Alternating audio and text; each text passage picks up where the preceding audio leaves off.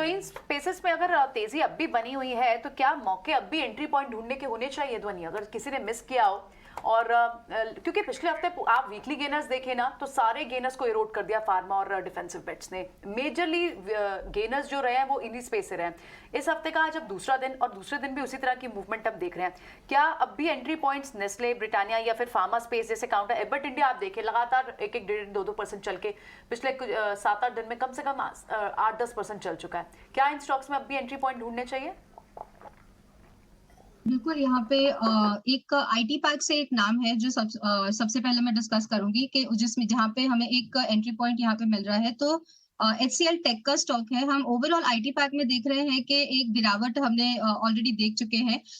यहाँ पे टीसीएस के कंपैरेटिवली या फिर इन्फोसिस के कंपैरेटिवली अगर एचसीएल टेक का चार्ट देख रहे हैं तो उसमें नीचे की तरफ में एक सपोर्ट लेवल बहुत ही अच्छा बना हुआ है 890 के पास का। तो 890 के लेवल से एचसीएल टेक ने यहाँ पे एक सपोर्ट लेके हमें एक अपवर्ड मूव देनी शुरू करी है। इसमें ऊपर की तरफ के शॉर्ट टर्म के टारगेट्स जो बन रहे हैं तो यहाँ पे हमें 940 तक के अपवर्ड के टारगेट्स मिल रहे हैं और इसके ऊपर ये इसके अंदर हमें और एक अपवर्ड रैली मिलेगी। बट एक शॉर्ट टर्म के लिए यहाँ पे हम पहला देख सकते हैं कि 940 तक का एचसीएल टेक में ऊपर की तरफ का टारगेट आ सकता है। इसके अलावा अगर हम फार्मा स्पेस में यहाँ पे अगर एंट्री पॉइंट्स देख रहे हैं तो लैब्स जैसे लॉरस लैब्स है, लॉरस लैब्स का स्टॉक अगर हम यहाँ पे पुल करके आते हैं या फिर उसके अलावा हम यहाँ पे लालपात लैब्स का भी स्टॉक देखते हैं तो लालपात में हमें ऑलरेडी एक रैली विटनेस करने मिल चुकी है। उसी तरह इप्का लैब का भी यहाँ पे अगर हम स्टॉक लेके आते हैं तो उसके अंदर अभी भी जो रैली है वो बाकी है। तो इप्का लैब में भी हम यहाँ पे करंट लेवल से बाय कर सकते हैं। उसके अंदर जो यहाँ पे हम टारगेट्स विटनेस करने को मिल सकते हैं। तो इप्का लैब के अंदर हमें ऊपर की तरफ के जो टारगेट्स तो चलिए यहाँ पर इप्का लैब पर भी अपनी राय, डॉक्टर लाल पैथ और लॉरस लैब अब हेल्थ केयर डायग्नोस्टिक स्पेस और लेबोरेटरीज में भी अच्छे एक्शंस नजर आ रहे हैं। और इसके अलावा आईटी पैक में एचसीएल टेक्नोलॉजीज जो कि ध्वनि के रेडार पर है। रोमलेशन के लिए क्या अब भी जल्दी है सीमेंट काउंटर्स में? राजेश, मैं आपसे शायद ये ऑलमोस्ट हर दूसरे दिन ये सवाल पूछती हूँ क्योंकि सीमेंट स्टॉक्स इतने लुक्रेटिव लग रहे थे और क्योंकि बहुत लोगों को एंट्री पॉइंट नहीं मिल पाया होगा और अंबुजा सीमेंट जैसे काउंटर जहां ऑलरेडी 10-12% का मूव आ गया, डाउनसाइड मूव दिख गया होगा, क्या एक्यूमुलेशन के लिए अब भी वक्त है या फिर इन लेवल्स पर भी स्टैगर वे में थोड़ी बहुत बाइंग कर सकते हैं? क्वालिटी स्टॉक्स को तो पिक करना ही चाहिए अगर बाजार में गिरावट इस तरह की दिखे तो प्रियंका जी देखिए, सीमेंट स्टॉक में जरूर एक एग्रेसिव प्रॉफिट बुकिंग देखी हायर साइड से और सभी सीमेंट स्टॉक में एक करेक्शन हमने पिछले 4-5 सेशन में देखा।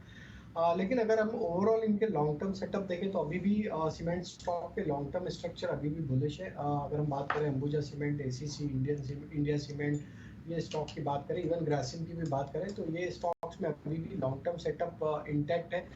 मोस्ट ऑफ द स्टॉक्स में करेक्शन के बाद भी अभी भी ये स्टॉक 50 डे मूविंग एवरेज के ऊपर ही सस्टेन करते हुए ट्रेड कर रहे हैं। तो कहीं ना कहीं ये दिखाता है कि स्टॉक अभी भी स्ट्रेंथ होल्ड आउट कर रहे हैं। तो अगर मार्केट में निफ्टी में जो ये सप्लाई प्रेशर या थोड़ा सा जो वोलेटिलिटी का ट्रेड कहीं थमते हुए दिखेगा तो हमें लगता है कि वहाँ पे वापस से एक बाइंग इंटरेस्ट बनते हुए दिखेगा। तो ग्रासिम हमें लगता है कि काफ़ी अट्रैक्टिव प्राइस पॉइंट पे अवेलेबल है ये करेक्शन में और यहाँ से इसके लिए इमीडिएट जो स्टॉप लॉस बनता है वो करीब 1630 के आसपास बनता है। अगर ये लेवल नहीं टूटते हैं अब तो यहाँ पे एक अच्छा अट्रैक्टिव एंट्री लेवल है। 1740 पहला लक्ष्य होगा और दूसरा लक्ष्य होगा फिर इसका 1770 के आसपास। अंबुजा सीमेंट में भी अगर हम बात करें तो जो करेक्शन हमने देखा है काफ़ी शार्प करेक्शन था पिछले 3-4 सेशन में। आज के सेशन में भी स्टॉक अपने 20 डे मूविंग एवरेज के नीचे फिसला जरूर था लेकिन एक रिकवरी लोअर साइड से बनते हुए दिखी। तो अंबुजा सीमेंट में हमारा व्यू ये है कि अगर ये 480 के लेवल को क्लोजिंग बेसिस पे नहीं तोड़ता है तो यहाँ पे कहीं ना कहीं एक वापस से अप मूव या पुल बैक का ट्रेड बनते हुए दिख सकता है। और रिट्रेसमेंट में ये स्टॉक में 525 से लेके 530 ये एक इमीडिएट रेजिस्टेंस एरिया वहां तक का मूव आते हुए दिख सकता है। 530 के बाद हमें लगता है एक शॉर्ट कवरिंग भी यहाँ पे प्ले आउट होते हुए दिख सकती है। तो अभी हमें लगता है कि अंबुजा सीमेंट में 485 के स्टॉप लॉस से बाय किया जा सकता है 530 के target. Right, I just correct my self Ajay.